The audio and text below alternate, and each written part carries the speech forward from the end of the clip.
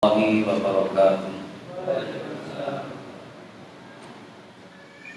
Alhamdulillah hamdan katsiran thayyiban mubarakan fi kama yuhibbu rabbuna wa yarda. Asyhadu an la ilaha illallah wahdahu la syarika lah wa asyhadu anna Muhammadan abduhu wa rasuluhu sallallahu alaihi wasallam. Wa sallallahu ala nabiyyina Muhammadin wa ala alihi wa man tabi'ahum bi ihsanin ila yaumiddin. Amma ba'd. Jamaah rahimakumullah, marilah kita panjatkan rasa syukur kepada Allah yang telah memberikan kepada kita berbagai macam bentuk nikmat, baik nikmat Islam, nikmat iman, dan juga nikmat sunnah. Sore ini Allah berkenan mempertemukan kita insyaallah di dalam rangka ketaatan, dan ini salah satu nikmat di antara nikmat-nikmat yang Allah berikan. Oleh karena itu, marilah kita syukuri dengan bersyukur. Mudah-mudahan Allah menambah nikmat yang telah kita terima. Amin Allahumma amin. Dalam kesempatan yang berbahagia ini, saya akan bawakan materi dengan tema berkorban secara syar'i. Karena materi kita ini panjang, saya yakin mungkin tidak bisa kita bawakan semuanya, atau nanti saya ringkas. Oleh karena itu, nanti kita akan buka sesi tanya jawab. Kita persilakan yang belum jelas bisa ditanyakan. Bab yang pertama yaitu hikmah dan keutamaan berkorban. Yang pertama, amalan kurban ini adalah amalan yang paling utama di bulan Dzulhijjah. Sebagaimana Allah sebutkan, fasholli li rabbika wanhar. Dirikanlah salat untuk Rabbmu dan sembelihlah kurban. Sebutkan dalam surat Al-Kautsar 108 ayat 2. Allah juga menyebutkan wal fajri wa layalin ashr, demi fajar, demi malam yang ke-10. Surat Al-Fajr 89 ayat 1 dan 2. Yang perlu kita ketahui bagaimana penjelasan sahabat seperti Ali, Ibnu Abbas, Ikrimah, dan juga tabi'in Mujahid memaksudkan fajar di atas adalah hari nahar khusus, yaitu setelah kita sholat Id maka ada pengagungan kepada Allah dengan menyembelih kurban. Inilah yang dimaksudkan Al-Fajr tersebut. Ini bisa dilihat di dalam tafsir Ibnu Katsir. Rasulullah SAW juga menyebutkan, ma min ayyamin a'dhamu indallahi wa la ahabbu ilaihi al-'amalu fihinna min hadhihi al-ayyamil ashr. Tidak ada hari yang lebih besar di sisi Allah, tidak pula lebih dicintai beramal di dalamnya dibandingkan 10 hari ini, yaitu 10 hari awal bulan Dzulhijjah, yaitu tanggal 27 ketika masuk tenggelam matahari sampai saat ini masuk bulan Dzulhijjah. Oleh karena itu, seperti Syekhul Islam Ibnu Taimiyah rahimahullah, ketika beliau ditanya mana yang lebih utama, 10 hari pertama di bulan Dzulhijjah atau 10 hari pertama di bulan 10 hari pertama di bulan Dzulhijjah atau 10 hari terakhir bulan Ramadan. Beliau menjawab, ayyamu asyri Dzulhijjah afdalu min ayyamil asri min Ramadan. 10 hari Dzulhijjah siangnya itu lebih utama dibandingkan 10 hari siangnya di akhir Ramadan. Akan tetapi walayalin asyru awakhiru min Ramadan afdalu minal layali asyri Dzulhijjah. Hanya saja 10 malam akhir Ramadan itu lebih utama dibandingkan 10 malam Dzulhijjah. Kalau siangnya itu lebih utama bulan Dzulhijjah karena ada Yaumun Nahar. Sedangkan malam bulan Ramadan akhir 10 hari di dalamnya terdapat Lailatul Qadar. sebagaimana dijelaskan oleh Ibnu Qayyim. Ini bisa dilihat di dalam Majmu' Fatawa. Kemudian yang kedua, bentuk syukur kepada Allah. Jadi berkorban itu salah satu wujud seorang hamba syukur kepada Allah Subhanahu wa taala. Wa likulli ummatin ja'alna mansakan liyadhkuru ismallahi 'ala ma razaqahum min bahimatil an'am. Dan bagi setiap umat telah kami syariatkan penyembelihan kurban agar mereka menyebut nama Allah terhadap rezeki yang telah Allah berikan kepada mereka berupa hewan ternak. Ya. Sebutkan dalam surat Al-Hajj 22 ayat 34. Kita mengetahui hewan-hewan ternak itu ditundukkan untuk manusia. Kita tidak bisa membayangkan bagaimana seandainya binatang-binatang itu liar semuanya. Ya, kita bisa saksikan orang-orang rumah itu pasti akan ketakutan. Jangankan sapi, jangankan ya, unta, tikus saja itu kalau tahu dan jerit-jerit seperti apa. Terutama orang-orang perempuan kan seperti itu.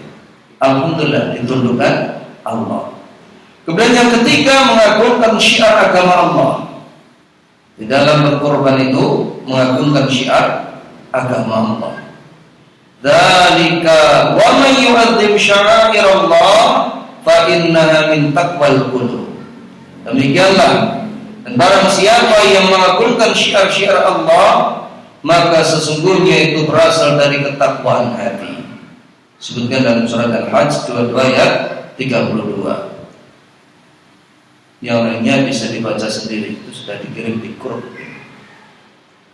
Yang keempat, mengenang sejarah kurban Nabi Ibrahim alaihissalam, betapa beliau orang yang taat, orang yang takwa, orang yang saleh.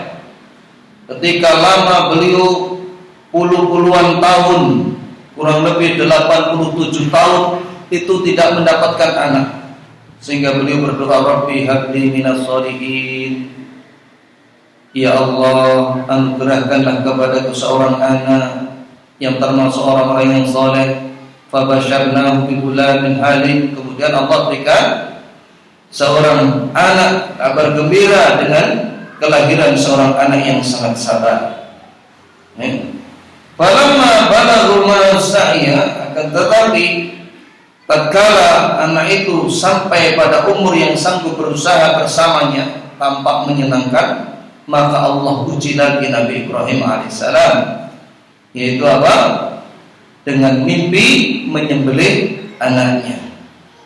Ya bunayya inni ara fil manami anni adbaruka fanzur madza tara.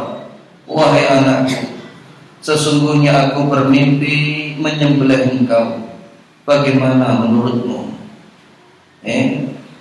Karena dulu Nabi Ibrahim adalah seorang anak yang saleh, taat, berbakti kepada orang tuanya meskipun kafir, musyrik, sehingga Allah berikan ganti Nabi Ismail anak yang soleh, anak yang taat. Al-jazaa min jinsil amal, balasan sesuai dengan perbuatannya. Sehingga anak ini pun menjawab, ya latif al-matum marasadajiduni insyaallah minas sabirin.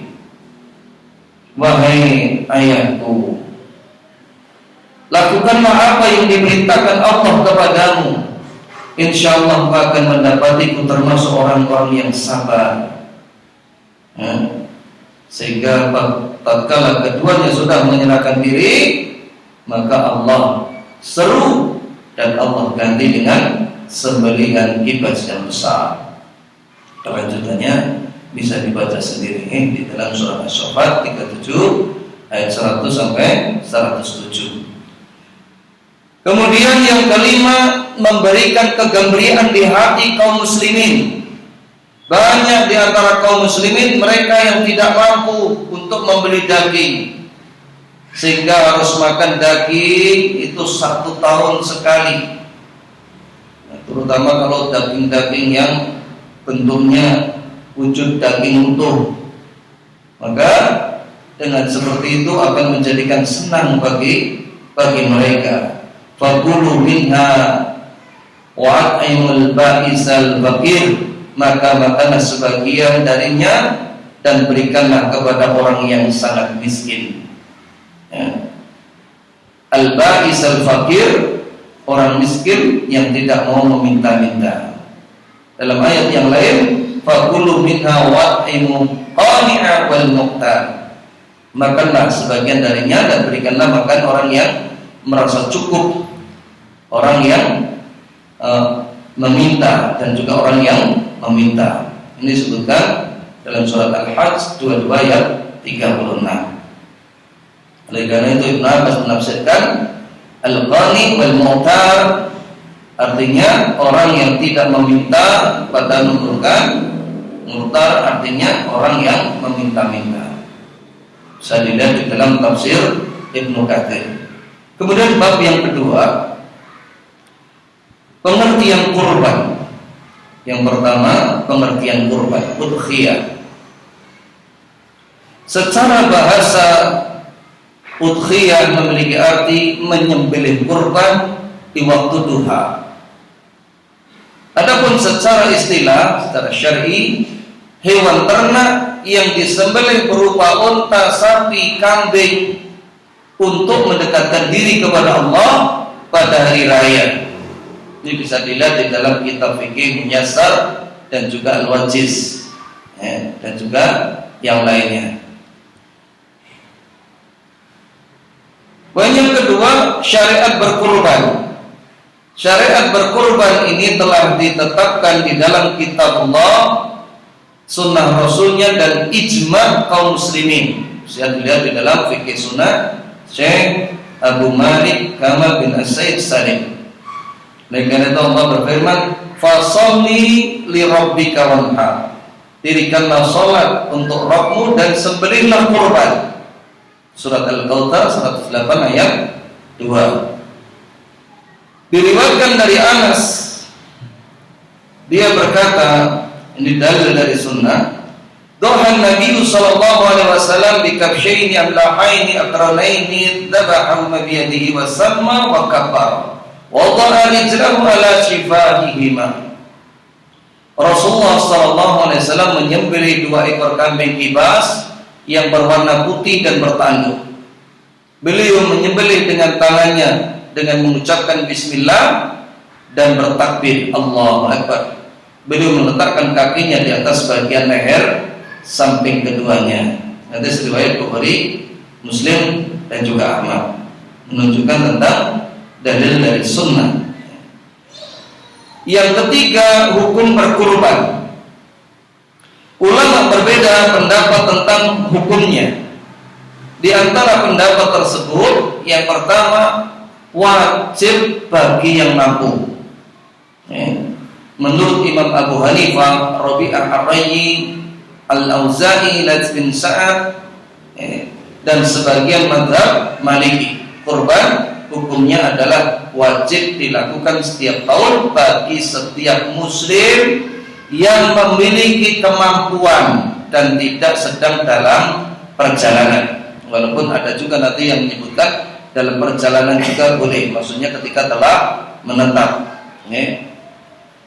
Di antara dalil yang dijadikan dasar wajibnya bagi orang yang mampu adalah hadis riwayat Imam Ahmad, Ibnu Majah dari sahabat Abu Hurairah. Nabi SAW bersabda, "Man kana lahu sa'atun wa lam yudahi fala yaqrabanna musalla." Barang siapa yang memiliki kelapangan namun ia tidak berkurban, maka janganlah mendekati masjid kami. Hadis riwayat Ibnu Majah, Sahihkan Asy-Syalbani dalam Shahihul Jami'. Wa hadza kal wa'idi ala tarkil tadhiyati. Ini merupakan bentuk ancaman bagi orang yang meninggalkan kurban. Wal wa'idu innama yakunu ala tarkil wajib. Ancaman itu tidak lain dikarenakan perkara tersebut adalah wajib. Dalil yang lain yang mengatakan kurban wajib atas orang yang mampu man dhabaha qabla an yusalliha falyu'id makanaha ukhra wa man lam yadbah falyadbah. Barang siapa menyembelih kurban sebelum sholat, maka hendaknya dia mengulangi sembelihnya lagi sebagai gantinya. Dan barang siapa yang belum menyembelih, hendaknya dia menyembelih. Hadis riwayat Bukhari dan juga Muslim. Sisi dalilnya, kalau perkaranya ini sunnah, maka tidak perlu diganti. Kenapa harus diganti? Karena hanya sunnah. Tapi di sini Rasulullah menyebutkan tetap diganti. Oleh karena itu, pendapat Syekhul Islam Ibnu Taimiyah mengatakan pendapat yang menyatakan wajib itu tampak lebih kuat daripada pendapat yang menyatakan tidak wajib. Akan tetapi hal itu hanya diwajibkan bagi orang yang mampu padanya. Bila hal itu tidak dilakukan, maka ia berdosa karena Allah menyebutkan bergandengan dengan sholat di dalam firman-Nya, "Fasholli li rabbika wanhar." Dirikanlah sholat untuk Rabbmu dan sembelihlah kurban.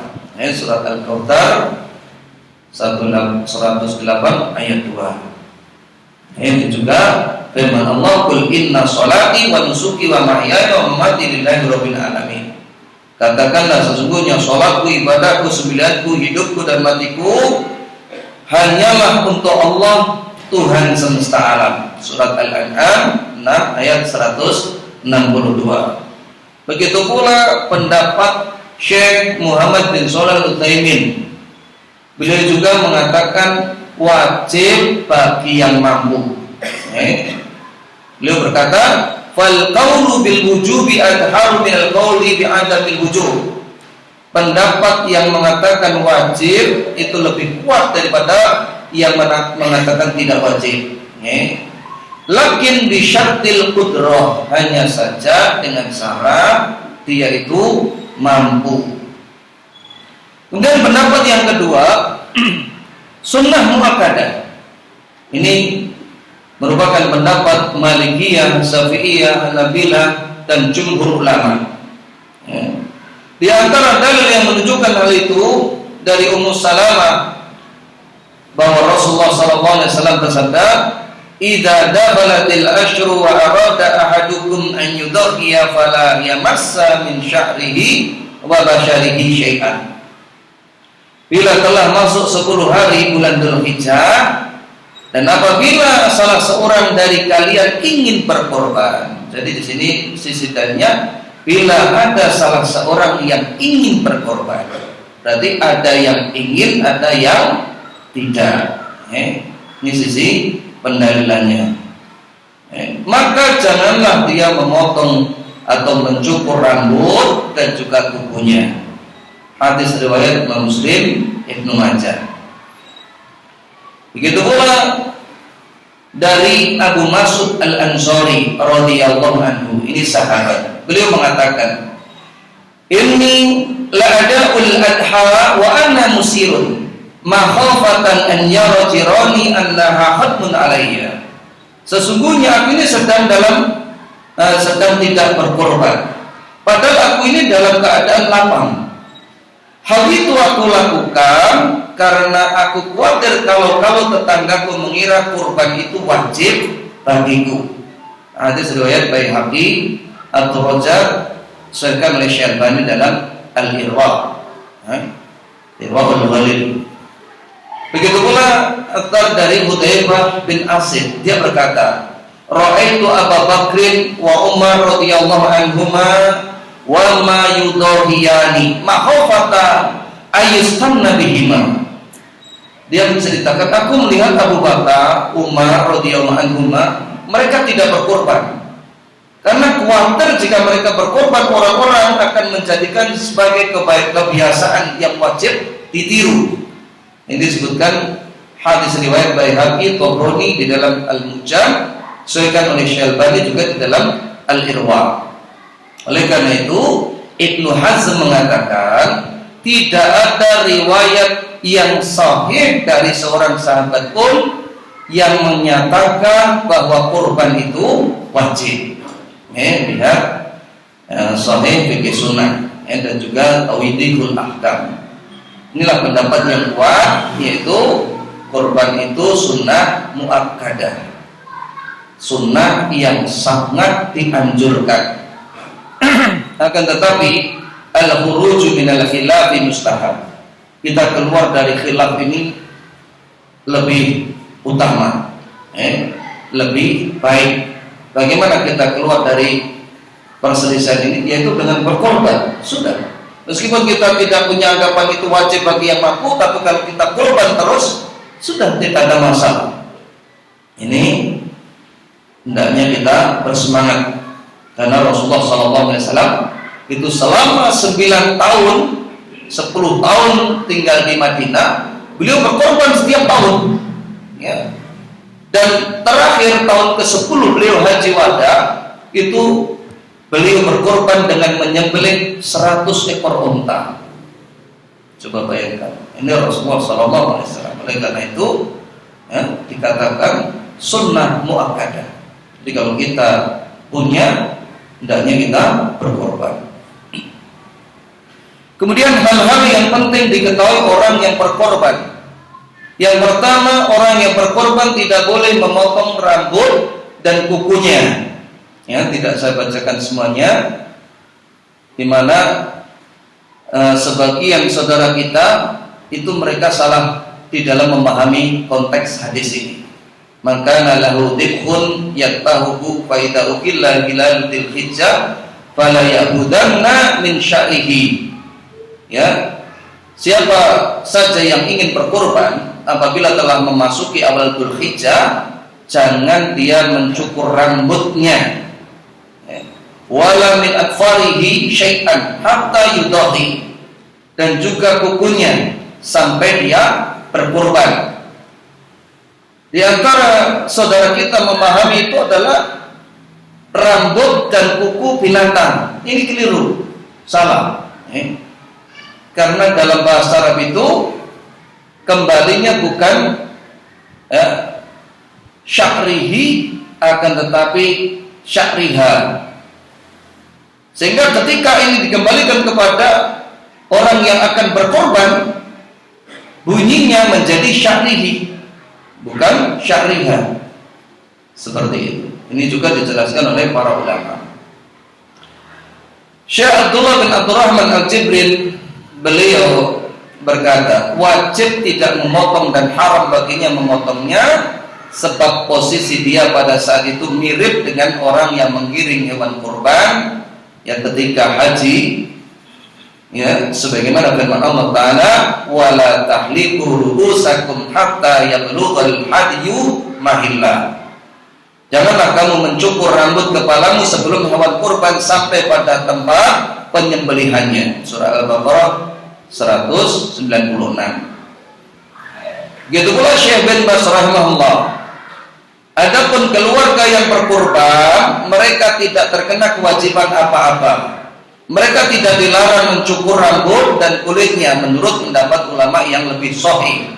Hukum ini secara khusus hanya berlaku bagi orang yang berkorban. Setat, ya, setat. Jadi kalau umpamanya sing disetatke adalah umpamanya suami sudah tidak ada, istri yang berkorban umpamanya, berarti dia yang tidak boleh memotong rambut dan kukunya. Tapi kalau suaminya masih ada, kemudian yang berkorban suaminya, maka dia yang tidak boleh memotong rambut dan juga kukunya. Jadilah dalam fatwa Islamiyah. Kemudian yang kedua, syarat disyariatkan bagi orang yang berkorban. Yang pertama, dia Islam. Bagaimana kalau orang tersebut kafir, itu memberi hadiah? Hadiah ini boleh, tetapi orang-orang kafir itu tidak mendapatkan pahala sedikit pun dari apa yang telah dilakukan. Ini bisa dilihat di dalam surat An-Nur, ya, 39 dan juga surat Al-Furqan 23. Waladina kafaru a'maluhum kasyarabin biqi'atin yahsabuhu dhum'anu ma'an hatta idza ja'ahu lam yajidhu syai'an. Sesungguhnya amal-amal orang kafir itu laksana fata morgana, yang disangka air oleh orang-orang yang dahaga. Akan tetapi ketika didatangi tidak ada apa-apanya. Begitulah dalam surat Al-Furqan. Wa qadimna ila ma amilu min amalin faj'alnahu khabaran manthura. Kami datangkan amal orang-orang kafir itu, akan tetapi kami jadikan seperti debu berterbangan. Jadi tidak dapat pahala apapun. Wajib Islam. Yang kedua balik. Yang ketiga berakal. Yang keempat memiliki kemampuan. Ini terkait syariat. Semuanya diukur dengan kemampuan. Kemudian jenis yang ketiga, jenis hewan yang dipakai untuk berkorban. Hewan yang dipakai untuk berkorban berupa unta, sapi, dan kambing. Bisa dilihat di dalam fikih muyasar. Para ulama menyamakan kerbau dengan sapi dalam berbagai hukum, dan keduanya disikapi sebagai satu jenis. Artinya itu dibolehkan. Ini bisa dilihat dalam Mawsu'ah Fiqhiyah Kuwaitiyah. Allah Subhanahu wa taala berfirman, "Wa likulli ummatin ja'alna mansakan liyadhkuru ismallah 'ala ma razaqahum min bahimatil an'am." Dan bagi setiap umat telah kami syariatkan penyembelihan kurban agar mereka menyebut nama Allah atas rezeki yang dikaruniakan Allah kepada mereka berupa hewan ternak. Sebutkan dalam surat Al-Hajj 22 ayat 34. Oleh karena itu, dulu sahabat juga seperti itu. Dari Atha bin Yasar, dia berkata, aku pernah bertanya kepada Ayyub Al-Ansari, seorang sahabat jalil, bagaimana korban di masa Rasulullah SAW? Beliau menjawab, kana rajulu yudhi bi syati anhu wa an ahli baitihi wa yakuluna wa yut'imun. Seseorang biasa berkorban dengan seekor kambing, diniatkan untuk dirinya dan satu keluarganya. Lalu dia memakan kurban tersebut dan memberikan makan untuk yang lainnya. Hadis riwayat Tirmidzi, Ibnu Majah, disahihkan oleh Syalbani dalam Sahih Ibnu Majah. Sehingga kalau menjadi panitia, itu ada orang yang berkorban kambing, kemudian dia berkata, Mas, ini untuk saya dan juga keluarga, maka dia harus menyebut nama orang tersebut, ya, hadza min fulan wa ahlihi. Ini dari fulan dan juga keluarganya. Ini berserikat di dalam pahala. Adapun jenis unta ini untuk 10 orang, dalam riwayat lain 7 orang. Ya. Kemudian untuk sapi ini 7 orang. Di antaranya hadis yang kita sebutkan, kunna ma'an Nabi sallallahu alaihi wasallam fi safarin fa'adar al-adha fashtarakna fil baqarati sab'atan wa fil jazuri asyara. Kami bersama Rasulullah sallallahu alaihi wasallam dalam satu perjalanan nembe melampak kisah. Kemudian datanglah hari raya, ini menunjukkan ketika bepergian dan kita berhenti di situ, boleh kita menyembelih korban. Lalu kami pun berpatungan, ya, berserikat di dalam menyembelih. Kalau lembu atau sapi ini untuk 7 orang, adapun unta ini untuk 10 orang. Rasulullah SAW pernah beliau berkorban untuk dirinya dan juga umatnya. Beliau SAW bersabda, Bismillah wallahu akbar hada anni wa aman lam yudahi min ummati.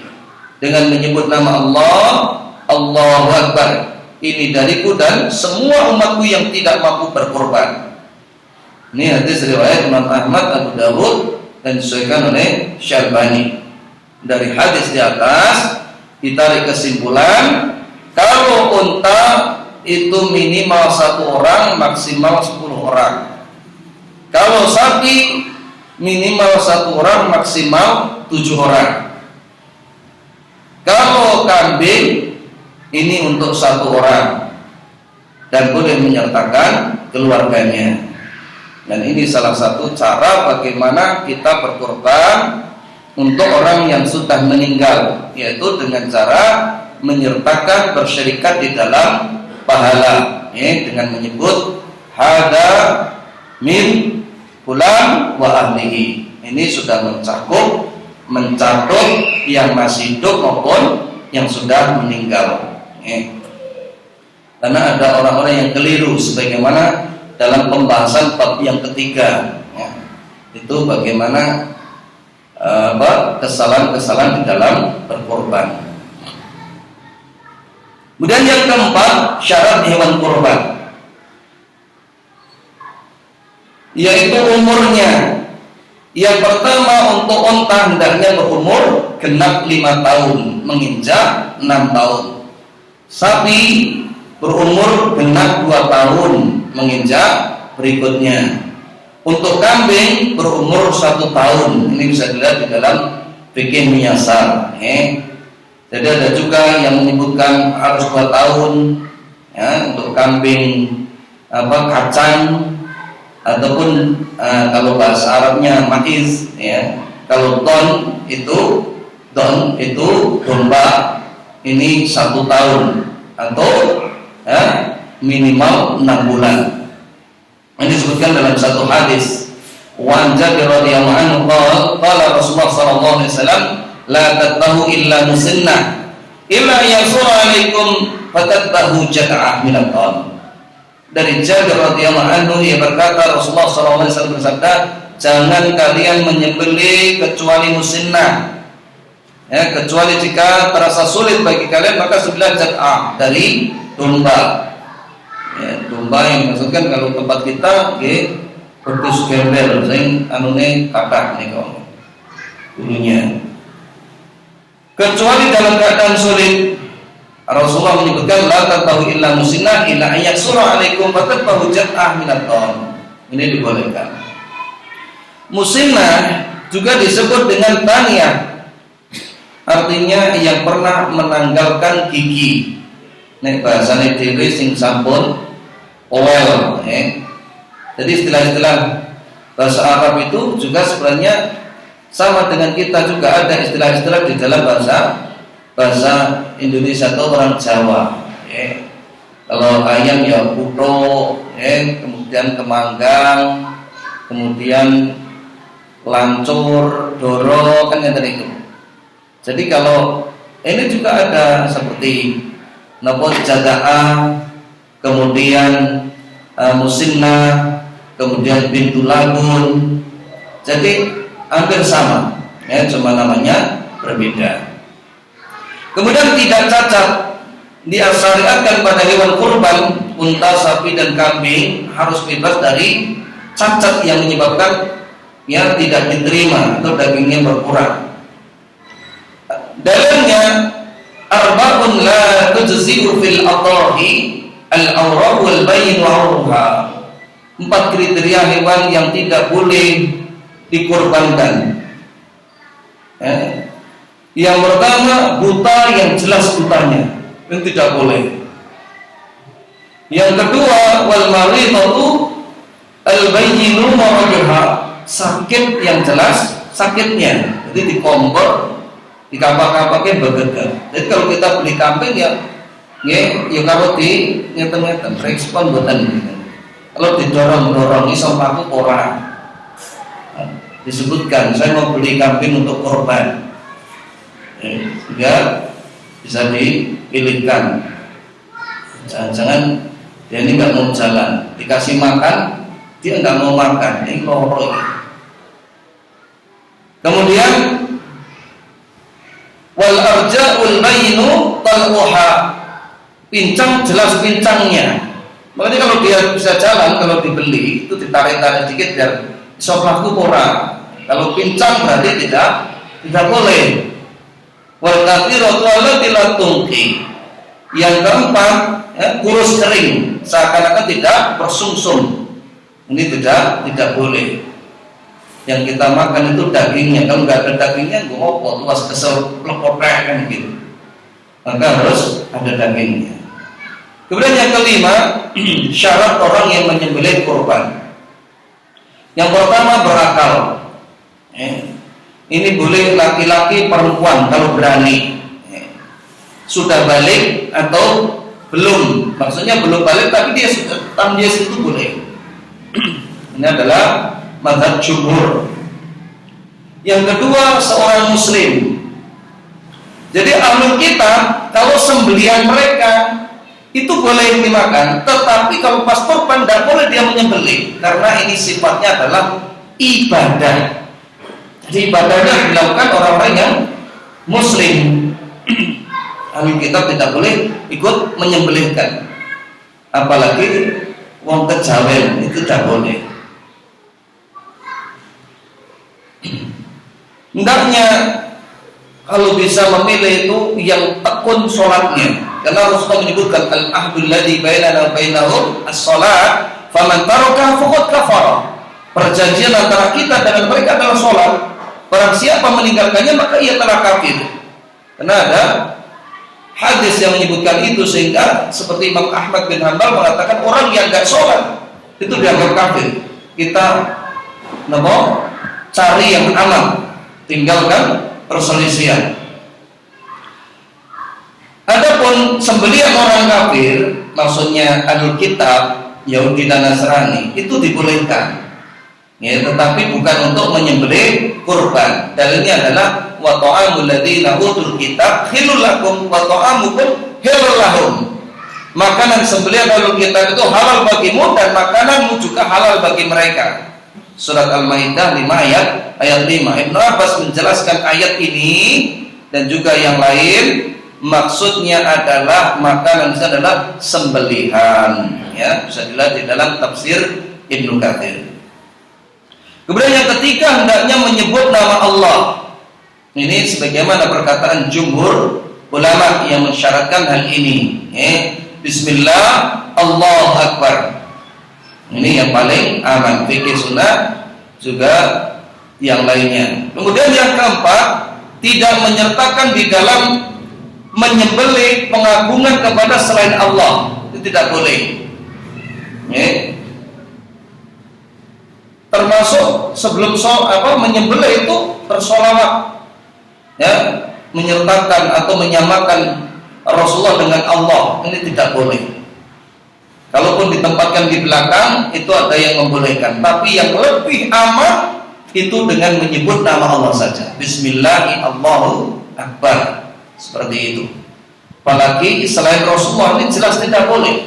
Tapi danyang sing bau Rasul ini semuanya tidak boleh. Menika pikantuk kiriman tidak boleh. Kemudian yang kelima, dianjurkan orang yang berkorban sendiri menyembelih. Ini kalau bisa, kalau kambing sembelih piyambak, kalau bisa disembelih sendiri, tidak memerintahkan orang. Kalau sapi bisa gantian. Tapi nek ngerti ketang kan redep ya wis, pasrah ke panitia. Karena ada orang-orang tipe seperti itu, ngerti ketang itu tahu tak kok pelol lemes seperti itu. Kemudian yang keenam, syarat alat untuk menyembelih. Yang pertama, hendaknya apa yang bisa memutuskan, ya, baik itu dari besi seperti pisau, golok, parang, sabit dan lainnya. Yang kedua dari batu dan juga kayu. Hal itu bila dapat memutuskan atau mengalirkan darah, terutama dalam keadaan darurat. Saya katakan darurat, zaman sekarang. Umpamanya lewat kemudian nabrak ayam, kapeksa ya isti, boleh watu loro terus Bismillah, tapi tidak dibiarkan glepek wae tekuk. Ini tidak boleh. Walaupun Bismillah. Kenapa? Darahnya tidak mengalir. Dulu pernah kejadian, annamra'atan dabahat syatan bihajarin. Fadzukira dzalika li Rasulillah sallallahu alaihi wasallam falam yara bihi ba'sa. Ada seorang wanita menyembelih seekor kambing dengan menggunakan batu. Maka Nabi SAW ketika ditanya mengenai hal itu, beliau memerintahkan untuk memakannya. Dia memandang tidak masalah. Ini hadis riwayat Bukhari dan juga Ibnu Majah. Sekali lagi saya ingatkan, ini dalam keadaan darurat kalau zaman kita. Bukan kita kok yang beli kon nganggo batu, kalau kayu itu tidak. Yang ketiga, hendaknya dihindari menyembelih dengan menggunakan kuku dan tulang. Ini tidak boleh. Ma'an harudam wa dzikra Rasulullah alaihi fa kul laisa simna wa dhufri wa dhufra mengalirkan darah dan disebut nama Allah saat menyembelihnya, makanlah. Ini dibolehkan, tetapi jangan dengan gigi dan kuku. Apa alasannya? Gigi ini adalah tulang dan kuku adalah peso orang-orang Habasyah. Yang tidak tajam ini menyiksa. Nanti riwayat Bukhari dan juga Muslim. Kemudian waktu penyembelihan yang paling utama adalah setelah sholat. Itu yang paling utama. Dalilnya bisa dibaca di materi. Yang kedelapan, pembagian daging kurban. Yang pertama dalil dari Al-Quran, fakulu minha wa at'imul ba'isal fakir. Maka makanlah sebagian darinya dan berikanlah kepada orang yang sangat miskin. Jadi kita itu diperintahkan kalau bisa itu mengetahui penyembelihannya, itu menyaksikan. Kemudian juga bahkan ulama ada yang menyebutkan wajib memakannya, kecuali kalau dia memang tidak suka atau tidak doyan makan daging, itu beda. Ini pembagiannya. Adapun dari hadis disebutkan inna ma nahaitukum min ajli dafati allati dafat fakulu wadahiru watasaddaqu. Sesungguhnya aku melarang kalian dahulu menyimpan daging kurban karena kedatangan orang-orang yang sedang mengalami kesulitan yang datang secara tiba-tiba. Maka sekarang makanlah, simpanlah, bersedekahlah. Kita langsung pada inti pembagian, di mana Ibnu Katsir menyebutkan dalam tafsirnya pembagian ini dibagi menjadi 3. Yang sepertiga itu untuk yang berkorban. Oleh karena itu kalau korban sapi itu biasanya diberi balen, gitu Pak, diberi sampil balen. Kemudian yang sepertiga ini biasanya teleningan plastikan, itu dikembalikan juga kepada yang korban. Ini sebenarnya dimaksudkan untuk hadiah tetangga ataupun kerabat, maksudnya seperti itu.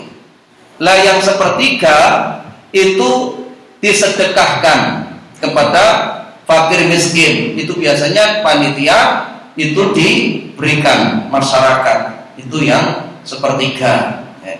Jadi kalau yang korban itu menerima kok kehemen ya, itu sebenarnya di antara bagian tetangga atau orang yang dia sukai atau kerabatnya untuk sedekah sakjane. Perkara metu ki lak ya gari wong dhewe-dhewe kan gitu. Itu sebenarnya seperti itu. Nah bagaimana kalau dibagi 2 saja? Boleh, enggak apa-apa. Bahkan kalau yang korban nek mau tenang wis aku terima ora boleh kok. Enggak apa-apa. Adapun ada penyembelih ini saya ringkas saja ya, saya bacakan aja. Yang pertama menajamkan pisau sembelihan. Ini hendaknya ditajamkan. Yang kedua memisahkan antara tempat penyembelihan dan tempat binatang kurban. Jadi kalau tempat penyembelihan di sini kalau bisa hewan-hewan yang belum disembelih itu terpisah. Syukur-syukur ditutup dengan tutupan geber atau yang lain. Kemudian yang ketiga menghadap ke arah kiblat. Karena yustahabu ayyutawajjiha ad-dabihatu ilal kiblat. Dahulu disukai mengarahkan sembelihan ke arah kiblat. Berarti kalau kiblatnya sana, kepala di sini, kaki di sini. Kemudian yang keempat meletakkan kaki di sisi hewan sembelihan. Ini kaki kita salah satu, dua-duanya malah tiga.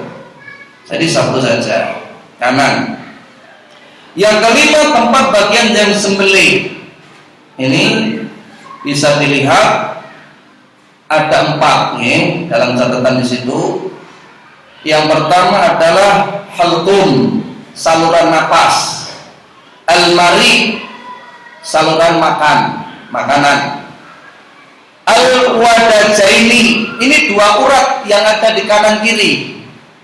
Jadi ulama itu menyebutkan wajib yang dua ini wajib, mari dan hulqum ini, tempat napas sama untuk keluar masuk makanan. Tapi kalau ini mustahab, disukai, lebih utama, lebih cepat, itu empat-empatnya ini kena semuanya. Jadi kalau menyembelih ini jangan begini, coba diputar ininya, seres, jadi putus semuanya. Jadi menyembelih itu orang modal kendel, itu tidak, ya kudu ngerti tuntunan gitu. Kalian yang kabeh, ngerti apa?